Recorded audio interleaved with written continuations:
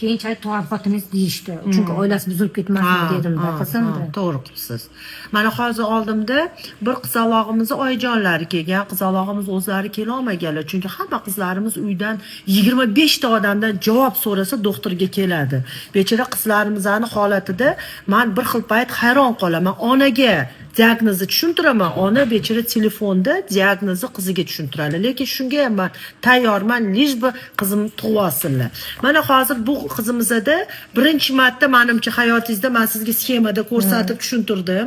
Bu qizimizni ortida operatsiya ham o'tkazganlar. U qizimizda rentgen qilishsa truba chiqmagan, shunda birinchi shubhaga kirishgan, hattoki operatsiyagacha yetib borgan ayol. Operatsiyada mana shu trubani ochishga harakat qilib ko'rishgan. Betdan ham yopiq, betdan ham yopiq bo'lgan.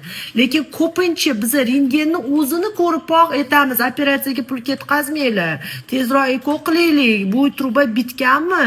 O'zi anomaliya, to есть normadan cheklagan holatda bolajon dunyoga kelgan. Nima uchun bu holatlar bo'ladi? Ona homila payti virus o'tkazsalar, gripp o'tkazsalar, bu degani emas, hamma bolalar shunaqa anomaliya. Lekin bu qizalog'i umidi bor, chunki tuxumi bor.